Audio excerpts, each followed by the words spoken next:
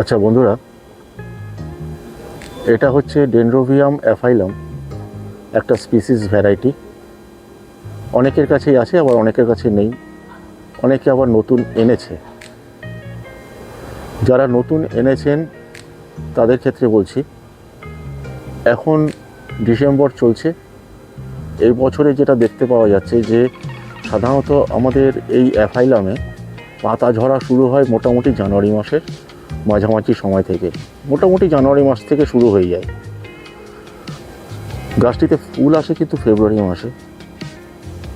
কিন্তু এই বছরে ক্লাইমেটের কিছুটা পরিবর্তন ঘটুক বা যাই হোক, ডিসেম্বরের মাঝামাঝি থেকে কেন ডিসেম্বরের শুরু থেকেই এর পাতা ঝরা শুরু হয়েছে। হতে পারে এই বছরে জানুয়ারি মাসের শেষেও ফুল চলে আসতে পারে, এরকমও হতে পারে। কিন্তু যারা নতুন তাদের ক্ষেত্রে বলছি, এই যে পাতা ঝরে যাচ্ছে, হলুদ হয়ে যাচ্ছে, এটা কিন্তু এই স্পিসিস ভ্যারাইটির একটি স্বাভাবিক প্রক্রিয়া। এদের পাতা ঝরবে, দেখাচ্ছি আমি একটা জিনিস। এই যে পাতাটা রয়েছে, এটা হলুদ হয়ে গেছে, ঝরে যাবে। সেটা আজকে না ঝরুক, কালকে ঝরবে। টেনে ছেঁড়ার কোনো দরকার নেই। এই যে দেখুন, এই যে হালকাভাবে খসেও চলে আসতে পারে বা এমনি, এগুলো সব ঝরে যাবে। এবং এই যে ঝরে যাওয়াটা, এটা একটা স্বাভাবিক প্রক্রিয়া। এবং এই ঝরে যাওয়ার পরে এদের যে ফুল যেগুলো আসবে না, সেগুলো ঠিক এই নটগুলোর থেকে আসবে। প্রত্যেকটা যে নটগুলো রয়েছে, এই নটগুলো থেকে এর ফুল পুরো প্রত্যেকটাতে দুটো একটা করে ফুল ভর্তি হয়ে যাবে পুরো এই গাছে। তা এখন এদেরকে একটু ট্রেসে রাখবেন। মানে যারা নতুন তারা হয়তো ভাবতে পারেনি, মা কী করে এরকম কেন হচ্ছে, পাতা কেন ঝরে যাচ্ছে, হলুদ হয়ে যাচ্ছে, বেশি করে জল দিই, হয়তো জল ঠিক মতো পাচ্ছে না। তা কিন্তু নয়। এখন জল বরঞ্চ আপনারা কম দেবেন, একে একটু ড্রাই রাখবেন, যাতে মানে 5 দিন 6 দিন পরে একবার জল দিন, তাতেও কোনো সমস্যা নেই, ঠিক আছে? তার বেশি দেবেন না। এতে কিন্তু আপনাকে মেনলি যেটা মাথায় রাখবেন, এই সময় এদের পাতা ঝরিয়ে দিতে হবে, এদেরকে বাঁচিয়েও রাখতে হবে, পাতা ঝরিয়েও দিতে হবে। কোনো ফার্টিলাইজার এখন দেওয়ার প্রয়োজনই নেই। দেখুন এ কত দূর পর্যন্ত নেমেছে, এই লাস্ট মোটামুটি 6 ফুট 7 ফুট এর এই যে ডাল নেমে এসছে। মানে এই যে ডালগুলো নেমেছে পুরোটাই ফুলে ভর্তি হয়ে যাবে।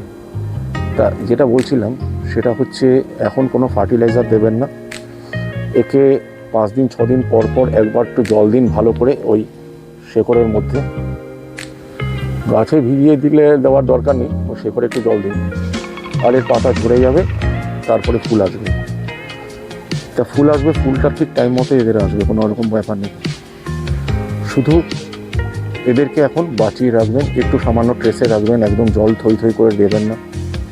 যদি কেউ মনে করেন যে আপনাদের গাছের পাতা খুব সুন্দর রয়েছে, সবুজ রয়েছে, সেটা কিন্তু স্বাভাবিক না। এখন এদের কিন্তু স্বাভাবিক ব্যাপারটা হচ্ছে এদের পাতা ঝরে যাওয়া। যে কোনো স্পিসিসের পাতা ঝরে যাবে, জানুয়ারির শেষে ফেব্রুয়ারিতে ফুল আসবে। আরেকটা জিনিস দেখাই, এই যে এখানে যেটা দেখতে পাচ্ছেন, ঠিক এটার উপরে যেটা, এখানে ছোট ছোট কতগুলো ডাল দেখতে পাচ্ছেন, তো এগুলো মানে কি বলেন তো? এগুলো এই যে নটগুলো রয়েছে, এখান থেকে ফুল হয়ে যাওয়ার পরে প্রচুর মানে শাখা বেরোবে। পরে দেখতে পাবেন শেকড় সমেত শাখাগুলো রয়েছে। সেগুলো আপনারা চাইলে না, সেগুলো আপনারা কেটে মানে ওখান থেকে বার করে আপনারা পরে আলাদাভাবে পটিং করতে পারেন। বা আমি যেরকম করেছি, এখানে ধরুন এখানে খুব বেশি 3-4টে ছিল ডাল।